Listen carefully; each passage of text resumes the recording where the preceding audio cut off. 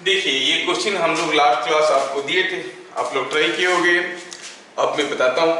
दिया है कि यहाँ पर दो आदमी खड़े, एक 40 किलो वाला, एक 60 किलो वाला, 40 एंड 60 केजी वाले 100 केजी का बोट है and the system is at rest in still water. Suppose ये पानी में रेस्ट में है, तो दोनों आदमी अगर एक दूसरे का जगह अपना जगह इंटरचेंज कर देते हैं, पूछा है बोट कितना मूव करेगा।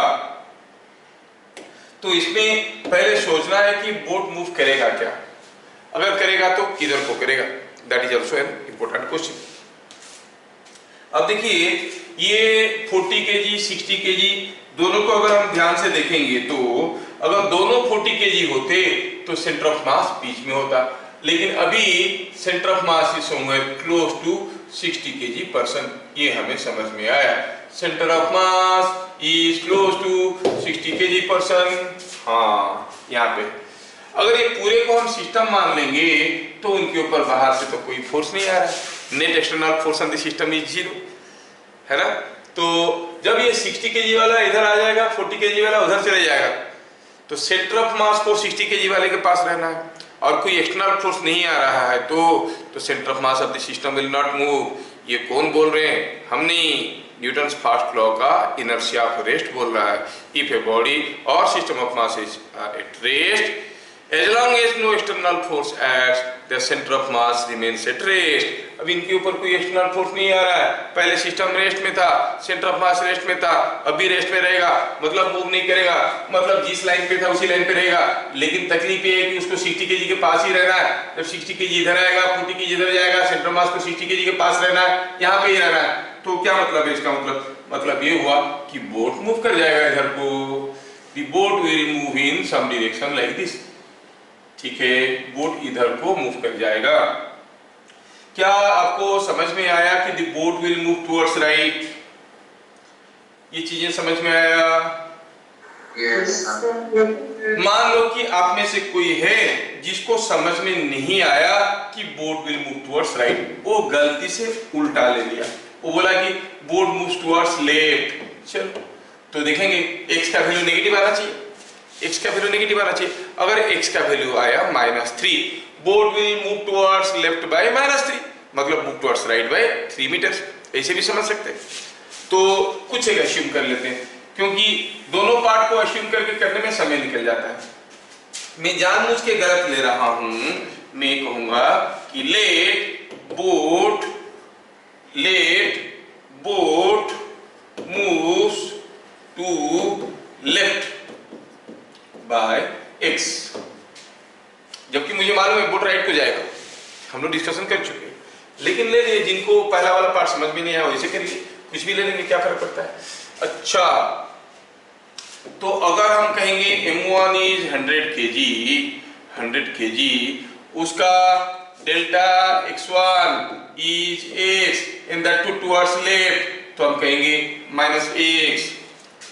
अगर m2 लेंगे 40 केजी वाला आदमी कितना दूर गया भैया, ये 40 केजी वाला आदमी गया है कितना, 10 मीटर, लेकिन ये आ गया इधर को x, तो 40 केजी वाला आदमी उधर को कितना गया, 10 - x उधर को गया है, तो positive.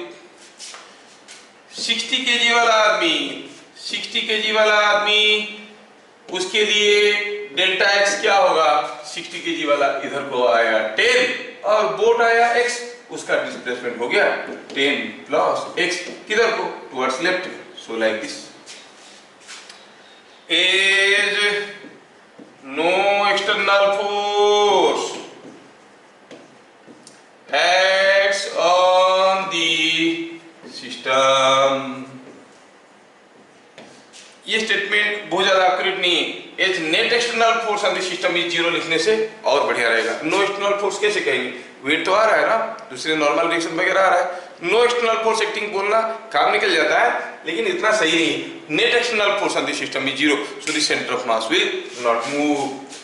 As no external force acts on the system, हम कहेंगे centre of mass does not change, centre of mass does not change. मैं इनको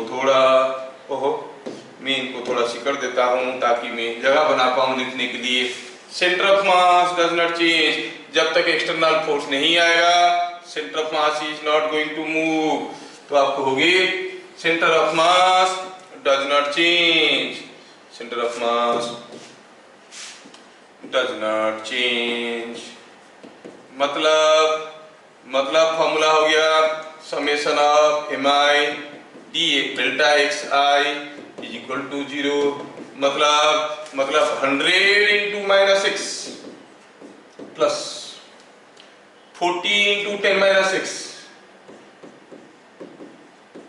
plus 60 into minus of 10 + x, minus of 10 + x को इनकॉर्पोरेट करने के लिए मैं माइनस इधर कर देता हूं, 60 into 10 + x, this whole thing must be equal to 0। ये पूरा चीज हो गया 0।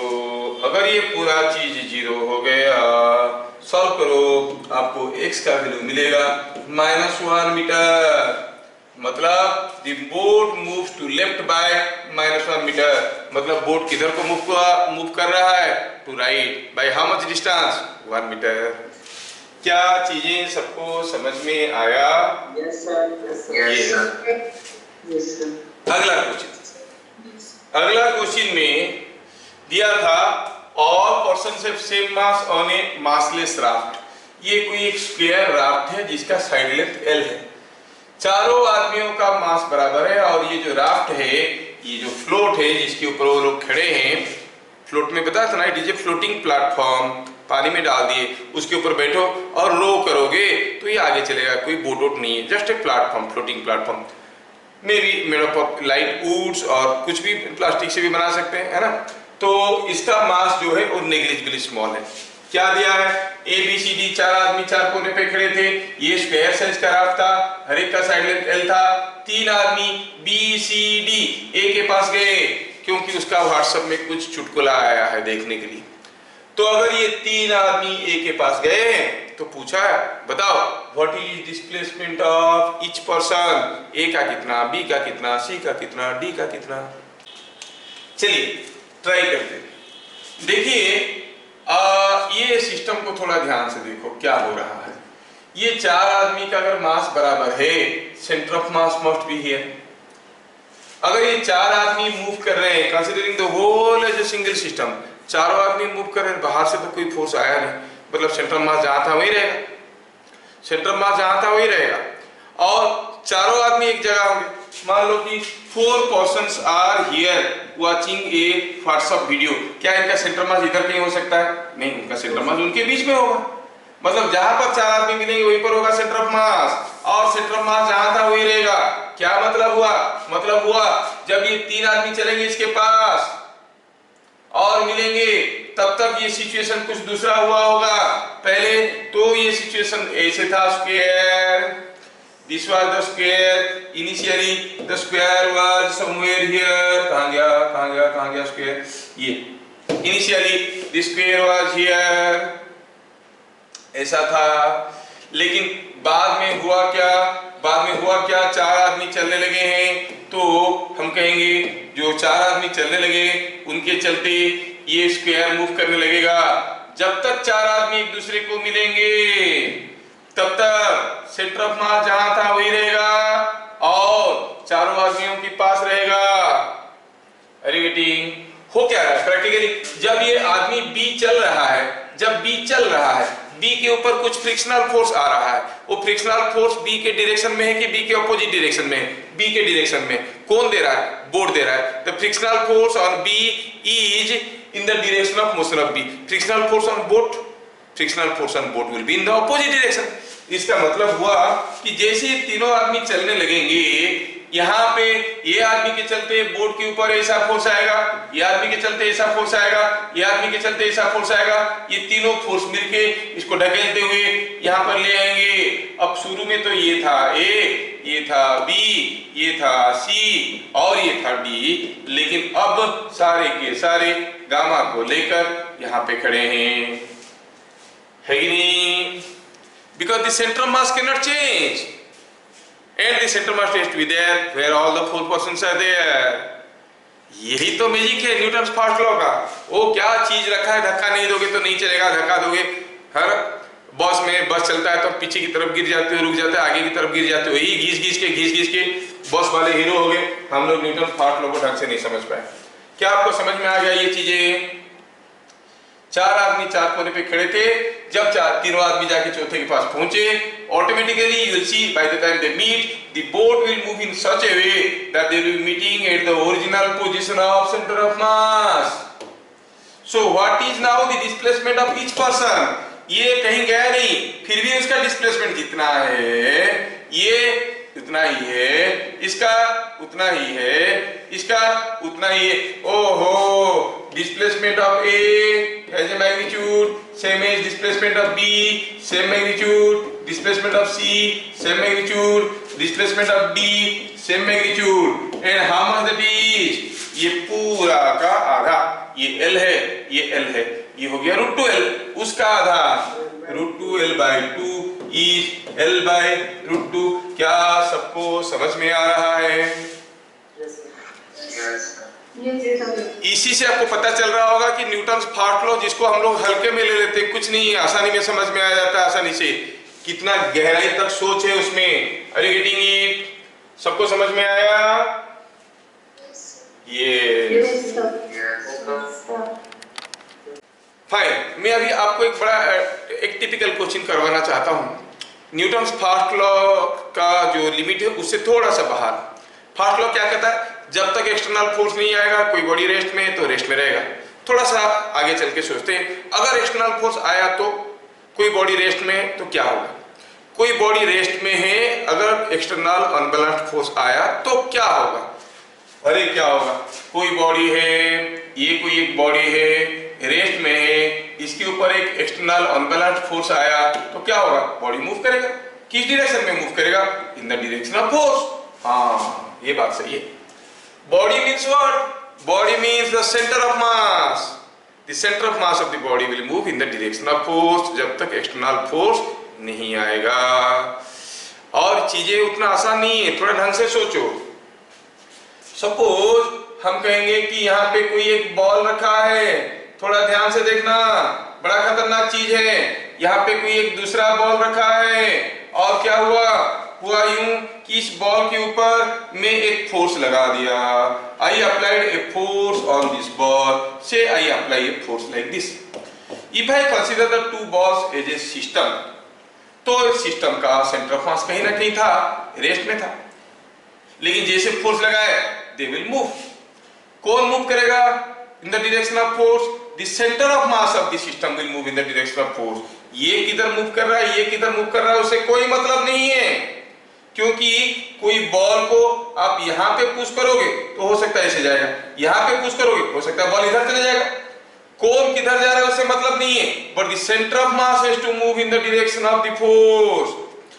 और you will be surprised to see what is going to happen. जब मैं ये बॉल को पुश किया, ये बॉल ऐसे गया, ऐसे गया, ऐसे गया, इसके साथ टकराया। टकराने के बाद हो सकता है कि ये बॉल इधर चला गया, ये बॉल इधर चला गया, उसकी बावजूद ये जो सेंटर ऑफ मास था, जो सेंटर ऑफ मास ये था यहाँ पे पहले, जो कि इस डायरेक्शन में चलना शुरू कर रहा था, that center of mass will keep moving in this direction only. The two balls will be moving, but center of mass keeps moving along the same path. समझ में आ रहा ना? सेंटर ऑफ मास इसी रास्ते में ही आना शुरू करेगा, स्ट्रेट लाइन में ऐसे। अब जाएगा भी तो, क्योंकि फोर्स इस डायरेक्शन में था, the center of mass will be moving in this direction. समझ में आ रहा है क्या? Centre of mass will be moving in the direction of impressed force. ठीक है, थोड़ा आपको ज्यादा डिफिकल्ट लग रहा होगा, मैं इसको नहीं बताऊंगा। बस एक क्वेश्चन में चाहता हूं कि आप लोग इस क्वेश्चन को समझ लो। क्या है क्वेश्चन? अगर कोई बॉडी और सिस्टम ऑफ मासेस रेस्ट में है और उसके ऊपर कोई एक्सटर्नल फोर्स आया तो centre of mass will move in the direction of external force. ये चीज बताना चाहता हूं। क्या है? एक थोड़ा सा we are going beyond the scope of Newton's first law, that is inertia of rest. क्या बोल रहा है? If a body or system of masses, a body और system of masses are at rest and in unbalanced external force is applied on them, then center of mass keeps moving in direction of external force. इसमें तो कोई दो राय नहीं है and easily इरियलाइजेबल। कोई block है rest में है, फोर्स लगाया तो ब्लॉक का सेंटर ऑफ मास फोर्स की डायरेक्शन में जाएगा। हाँ इसमें तो समझ में आ रहा है सर, बहुत ज्यादा एक्सप्लेनेशन की जरूरत नहीं, but that concept is a very clear concept. ये बड़ा इंटरेस्टिंग इंपॉर्टेंट कंसेप्ट है। Let me give U A question. कैसे क्वेश्चंस आते हैं?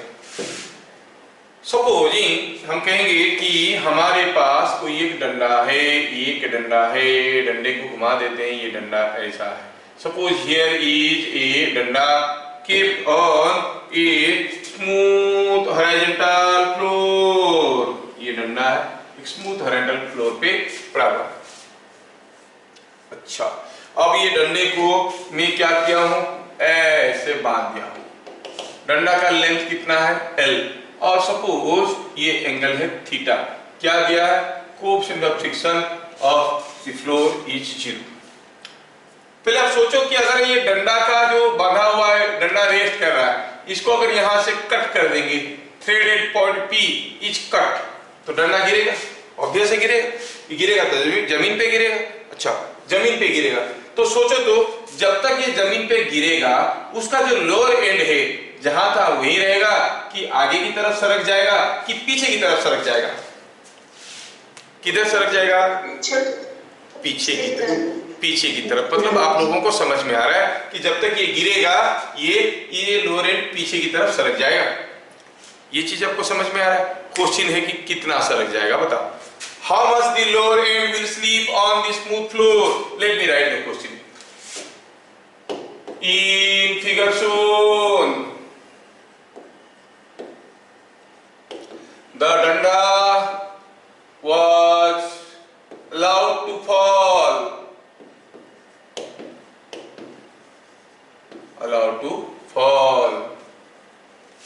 on smooth floor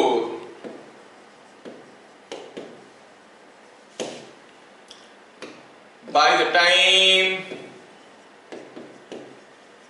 it strikes the floor,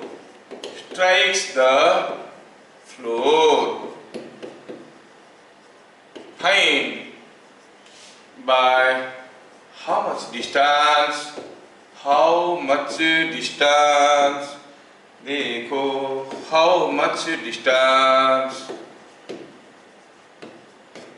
the lower end slips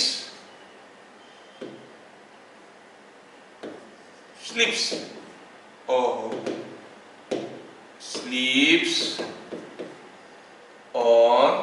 the floor। Lower and कितना फिसलेगा आपको बताना है। ठीक है, मैं थोड़ा सा फिगर को छोटा करके आपकी कन्वीनियंसी के हिसाब से बना देता हूं। अब ये है कोई एक डंडा, जिस डंडे को अब हम यहां से छोड़ने वाले हैं और ये यहां से फिसलेगा। जब फिसलेगा पूछा है लोअर एंड कितना फिसल जाएगा। ठीक है, चलिए सोचते हैं। Let us start thinking in the light of Newton's law. देखो न्यूटन जी कितना महान है, कितनी दूर की सोच है। हम क्या किए, ये थ्रेड को काट दिए, the thread at point P was cut. तो डंडा रेस्ट में था मतलब हम डंडे को थोड़ी देखते हैं, हम तो सेंटर ऑफ मास को देखते हैं, because Newton's laws are applicable to the centre of mass. तो सेंटर ऑफ मास रेस्ट में था रे भैया। अच्छा, ये रेस्ट में था, जैसे काट ये गिरेगा क्यों? कोई फोर्स तो आया होगा। What are the different forces acting on it? What are the different forces? एक तो है उसका weight, there is a weight acting on it, क्या यही अकेला फोर्स है? अरे नहीं नहीं, यहाँ पर एक नॉर्मल रिएक्शन भी तो है और फ्रिक्शन वगैरह नहीं है, स्मूथ है।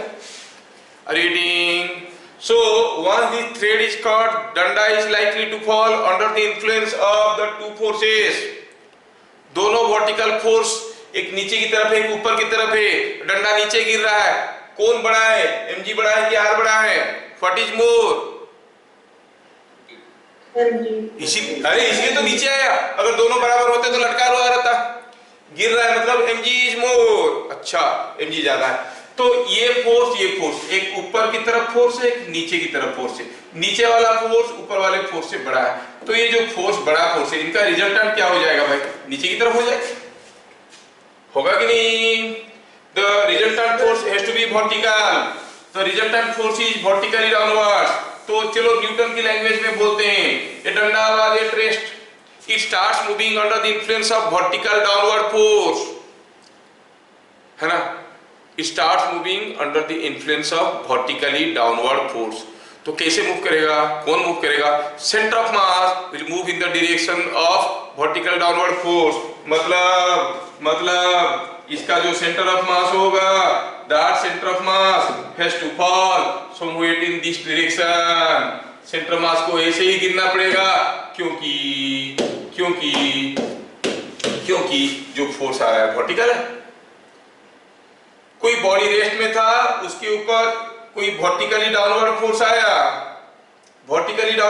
आया, आप देखोगे, थोड़ा रियलाइज करो, सपोज ये कोई डंडा पड़ा है, ये चलो ये डंडा को भगाते, सपोज हम कहेंगे यहाँ पे कोई एक डंडा पड़ा है किसी एक फ्लोर पे, स्मूथ हॉरिजॉन्टल फ्लोर पे, अब एक थ्रेड लगा के इधर से खींचोगे, आप देखोगे ये डंडा घूमेगा, ये होगा सब कुछ होगा, but you look at the centre of mass, that has to move in this direction, क्योंकि बॉडी रेस्ट में था और फोर्स आया तो centre of mass will move in the direction of force। ये चीज आपको समझ में आना बहुत जरूरी है, क्योंकि जब भी कोई बॉडी रेस्ट में उसके ऊपर कोई फोर्स आता है, the body moves in the direction of force, and when we say body we say about the center of mass will move in the direction of the force। क्या सबको समझ में आ रहा है? तो अगर ये centre of mass in the direction of force move करेगा तो ये सेंटर ऑफ मास भी नीचे आएगा।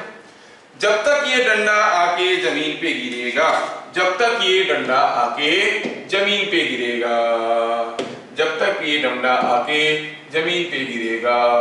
जो सोचते हैं क्या होने वाला है, जब ये डंडा आके जमीन पे गिरेगा तो कैसे गिरेगा? Let us imagine slightly. जब ये डंडा जमीन पे गिरेगा तो ये डंडा ऐसा कुछ गिरने वाला है, तो डंडे का centre of mass will be falling somewhere here. देख लो, ये डंडे का सेंटर ऑफ मास है, I am talking about the centre of mass of the डंडा, ये it will be falling here. क्या आपको दिख रहा है सेंटर ऑफ मास कहां गिर रहा है? Centre of mass of the डंडा इज फॉलिंग हियर, है कि नहीं? तो ये डिस्टेंस कितना है भाई? ये डिस्टेंस कितना है? L/2, है कि नहीं? ये डिस्टेंस हो गया L/2। अगर ये डिस्टेंस हो गया L/2 ये, तो फिर डंडा कितना दूर फिसल गया? इतना दूर फिसल गया। ये क्या है? x। अच्छा, ये डिस्टेंस कितना था? What was the distance? आप कहोगे ये L/2 है, यहां से यहां तक का डिस्टेंस L/2 है, ये थीटा है, तो this length is L/2 cos theta. क्या सबको समझ में आ रहा है? पहले ये डिस्टेंस था L/2 cos थीटा, अब ये डिस्टेंस है L/2, कितना दूर फिसल गया? L/2 minus L/2। Are you getting? Yes. So the lower end will split by a distance L/2 minus L/2 cos theta. आप एक एक्सपेरिमेंट कर सकते हो। You can make a small experiment. आप कोई एक यूनिफॉर्म पेंसिल या पाइप कुछ को ले लो जो कि खड़ा हो सकता है, It can stand, ठीक है? उसका मिड पॉइंट को एक दागी दे दो, मतलब वहां पर सेंटर ऑफ मास है, और नीचे किसी टेबल पे इसको खड़ा कर दो, नीचे थोड़ा सा ऑयल दे दो ताकि फ्रिक्शन पूरा गायब हो जाए। अब आप इस पेन को खड़ा करने के बाद थोड़ा सा डिस्टर्ब कर दोगे तो गिरेगा। गिरेगा तो लोअर एंड फिसलेगा। कैसे गिरेगा? जब ये जमीन पे गिरेगा आप देखोगे ये गिर रहा है कुछ ऐसे। You can make this experiment see. ये पॉइंट सीधा नीचे आएगा, यहाँ पे गिरेगा, ये घूमता हुआ नजर आएगा, लेकिन ये पॉइंट सीधा नीचे आएगा, आके यहीं पे गिरेगा। The lower end will slip by a distance L/2। अगर ये पूरा लेंथ L है तो क्या आपको समझ में आ रहा है? Centre of mass will straightway go down because it is moving under the influence of vertical forces. Center of mass will straightway go down and strike the ground somewhere here. You can make this experiment. आप देखोगे कभी कभार अगर पाँव फिसल जाता है आपका और आप गिरते हो, कैसे गिरते हो? अगर ये हो आप खड़े हो, ज्यादातर सेंटर ऑफ मास यहीं पे होता है सबका, गिरोगे तो धम करके ऐसे, मतलब यहाँ पर खड़े थे, यहाँ से पाँव फिसल गया, लेकिन आप गिरोगे वहीं पे क्योंकि वो centre of mass is going to strike where you are standing vertically down. पाँव फिसल गया तो आप सीधे यहीं पे गिरोगे। हेवियर पार्ट जहाँ पे है ना, तो हेवियर पार्ट में सेंटर ऑफ मास है, centre mass will be following like this. अगर आप यहाँ पे खड़े हो और आपका पाँव फिसल के आप गिरोगे तो आप देखोगे जब गिरोगे your head is here, leg is here, but the heavier part of your body is here only striking ground. Observe it. यही होता है फिजिक्स का, साइंस का मतलब है ऑब्जर्वेशन। तो क्या समझ में आया? जो समझ में आया उसको थोड़ा हम लोग लिख लेंगे। क्या कर देंगे? सॉल्यूशन क्या लिखेंगे इसमें? सॉल्यूशन ऐसा लिखेंगे। चलिए सॉल्यूशन लिखने की कोशिश करते हैं, बट बिफोर दैट ये क्वेश्चन को थोड़ा सजा के साइड में रख देते हैं। यस, क्या लिखेंगे सॉल्यूशन में? As the bar moves under the influence of vertical forces, therefore center of mass move vertically down.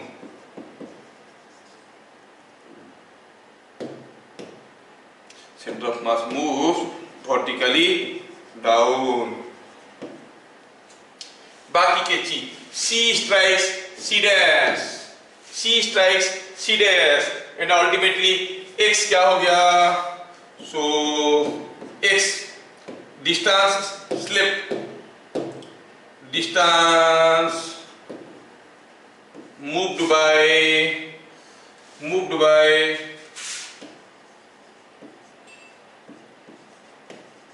lower end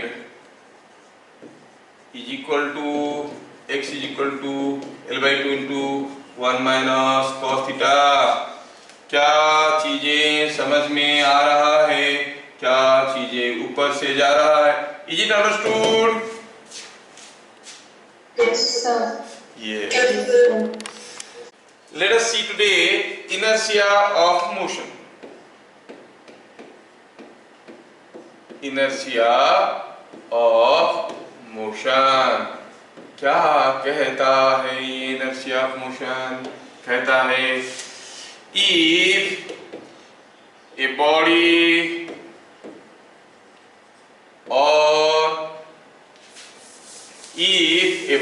or system of masses, यहाँ पे लिखता हूँ, if a body or system of masses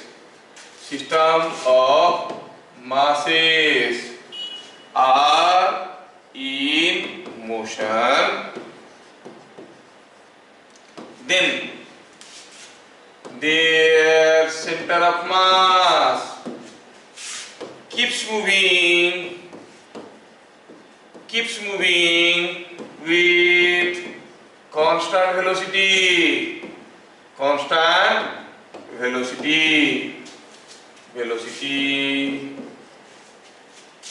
Their center of mass keeps moving with constant velocity as long as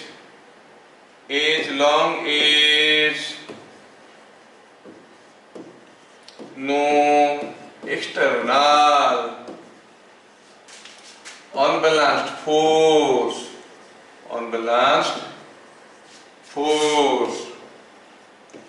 acts on them. ठीक है, ये हो गया inertia of motion. हम जनरल में इनर्शिया ऑफ मोशन पहले से पढ़ चुके थे, अब हम इसको नए सिरे से पढ़ रहे हैं। किसके लिए अप्लाई करें?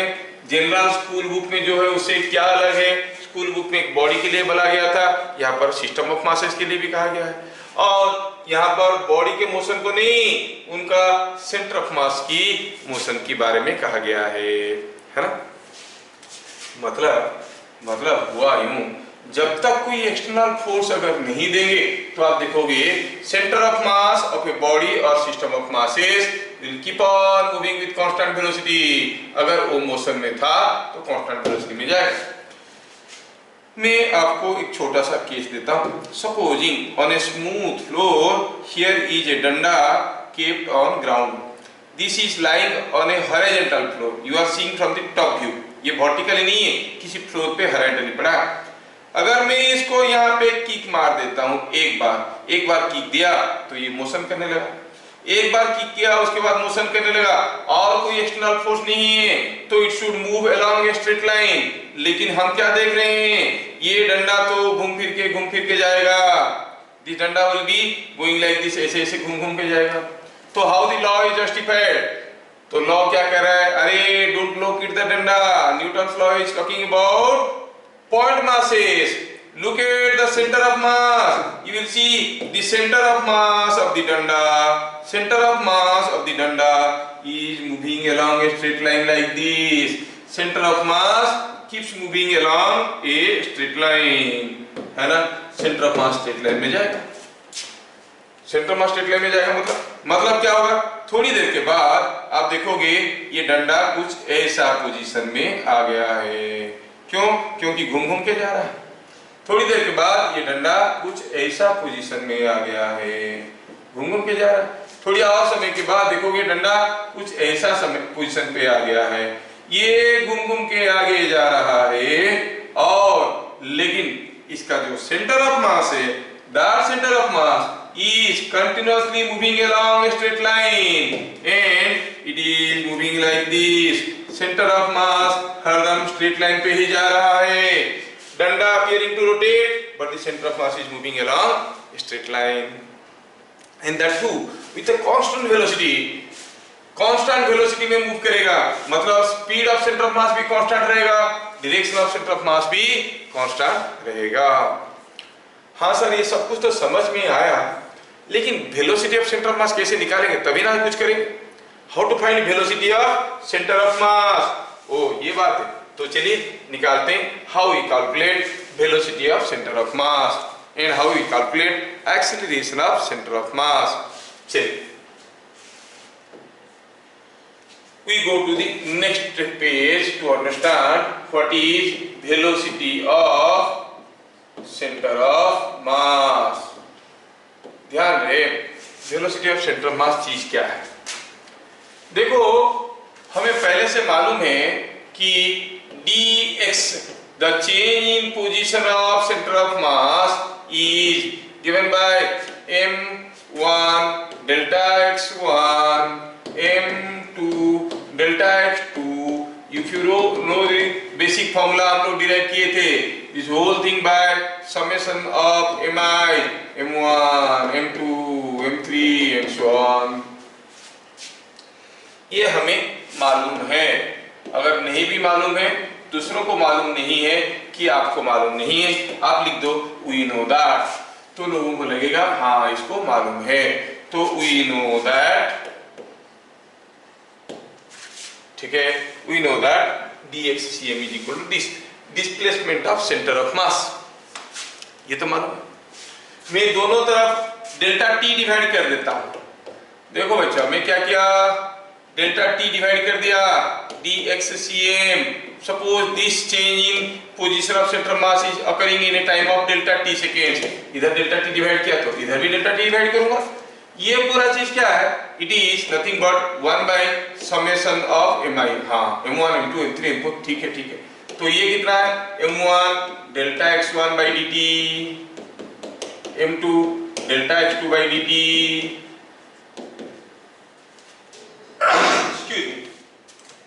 अच्छा and so on. If center of mass moves delta x distance in delta t seconds, the ratio is giving you rate of change in position of center of mass, that you call as velocity of center of mass. Velocity of center of mass is 1 by summation of mi whole into m1 v1 plus m2 v2 plus आपको मालूम है। तो in general velocity of centre of मास का एक आसान सा formula आ गया, summation of mi vi by summation of mi, that is velocity of centre of मास। बड़ा इंटरेस्टिंग और पावरफुल फॉर्मूला है। इनफैक्ट न्यूटन कुछ चीजें बताना चाहते थे, लोग उसको समझे नहीं, बेचारा दुखी दुखी होके 3-4 लॉ निकाल दी उनका, नहीं तो एक लॉ से सारा चीज निकल जाता। लोगों को एक बार में समझ में नहीं आया तो क्या किए, टुकड़े टुकड़े करके सारा लॉ को बताने की कोशिश की, नहीं तो वो सोच सोच के 3 लॉ अलग अलग नहीं निकाले थे, आपको समझाने के लिए टुकड़ा टुकड़ा करके प्रेजेंट किए थे ताकि आपको आसानी से समझ में आ जाए। ठीक है, आपको आसानी से समझ में आ जाए इसलिए करके 3 टुकड़ा किए, नहीं तो each law is so powerful we can understand the other law from it. We'll see second law, अगर second law आता है तो आपको बाकी सब कुछ आता है, ऐसा है।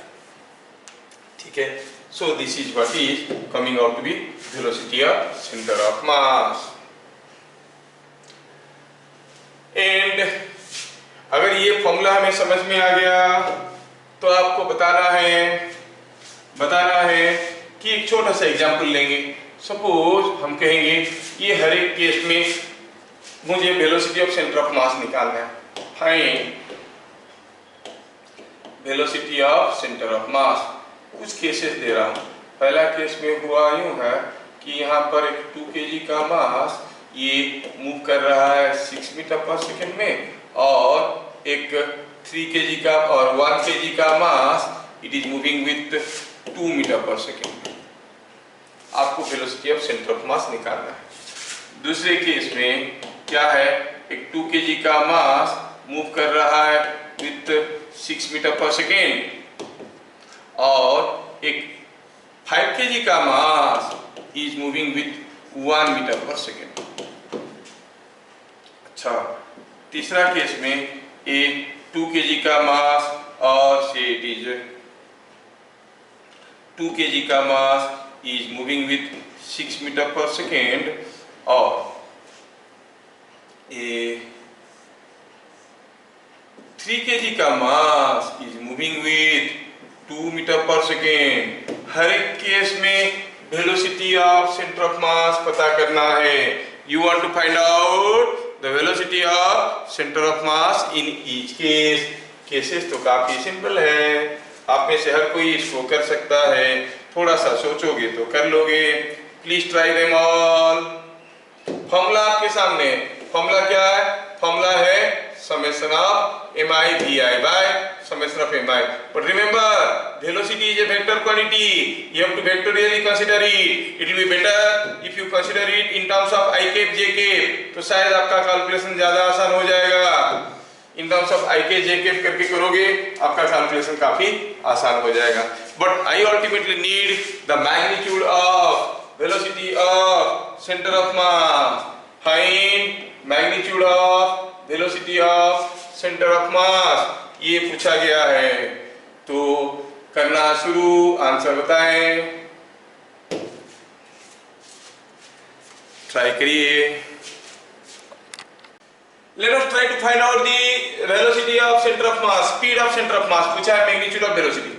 ठीक है, पहला केस में हम कहेंगे हमारा वेलोसिटी ऑफ सेंटर ऑफ मास का एक ही फॉर्मूला है, क्या, velocity of centre of mass is 1 bye summation of mi into summation of mi into vi। पहला केस में velocity of centre of mass is 1 by mi summation of mi। क्या क्या मास है, 1 kg 2 kg हो गया 3 kg, ओह सीधे क्यों लिखेंगे 2 plus 1 4 into summation of mi vi, मतलब 2 into 6 I cap plus 1 into 2 I cap, क्योंकि दोनों को दोनों x डायरेक्शन में है तो क्या हो गया भैया, it is coming 12 plus 2 is 14, 14 i cap by 3, 14 i cap by 3, तो फिर VCM का मैग्नीट्यूड क्या हो गया 14/3 मीटर पर सेकेंड। कितना सिंपल था। ओ सर हम भी कर लेते अगर आप पहले से थोड़ा सा क्लू दे दिए होते। अच्छा ठीक है, दूसरा केस में देखिए तो 13/7 आएगा। 13/7 इज करेक्ट, इतने देर में सही आंसर आया। दूसरे केस में VCM इज इक्वल टू 1/समेशन ऑफ द मासेस। मासेस क्या है 2 kg and 5 kg, 2 + 5 और अंदर है 2 × 6i cap, 2 × 6i cap plus 5 × ये 1 इधर को है भैया, ये y एक्सिस में है तो 5 × 1 j कैप, ये समझ में आना जरूरी था। तो ये कितना बन गया 1/7, this is 12i cap plus 5j cap और इनका रिजल्टेंट क्या हो जाएगा 12 का स्क्वायर 5 का स्क्वायर होल ओवर बाय 7। तो ये हो गया VCM का magnitude, how much it is 13/7। बड़ा मजेदार है। ये दोनों करने के बाद पक्का आप लोग ये क्वेश्चन को कर लोगे, आई एम डैम श्योर। और जिसका आंसर कुछ लोग बता चुके हैं जो कि 1.2 मीटर पर सेकेंड था। क्या चीजें सबको समझ में आ रहे हैं? अंडरस्टैंडिंग और स्टैंडिंग अंडर?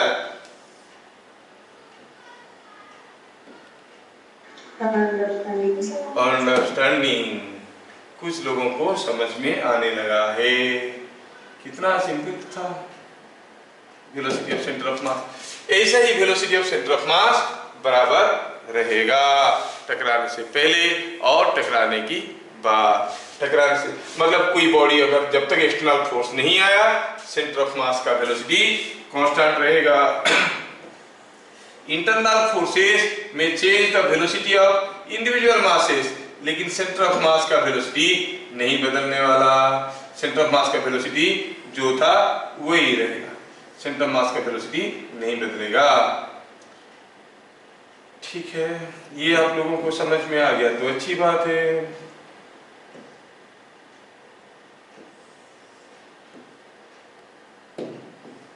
किसी को कुछ पूछना है तो आप पूछ सकते हो। ये तो मेरा यहाँ पे तो चीजें हो रहा है। चीजें अंडरस्टूड। मैं आपको इनर्शिया ऑफ मोशन में acceleration of centre of mass and many more thing पढ़ाना चाहता हूँ। थोड़ा सा इसको स्किप करते हैं। Will go for Newton's second law. लेकिन न्यूटन सेकेंड लॉ को समझने के लिए आपको पहले what is momentum, what is change in momentum, what is rate of change in momentum, वो सब चीज़ें समझना है। I want to cover many more chapters और अभी हमारे पास अक्टूबर नवंबर दिसंबर 3 महीने हैं तो I have to plan and go for many other chapters also. तो कीपिंग दैट इन माइंड तो हमें थोड़ा इस चैप्टर के यहाँ पर विराम देंगे। हम लोग स्टार्ट करेंगे क्या बताओ Newton's second law in the next class. ठीक है, चलिए फिर मिलेंगे अगले क्लास। तब तक के लिए जय हिंद। Thank you sir.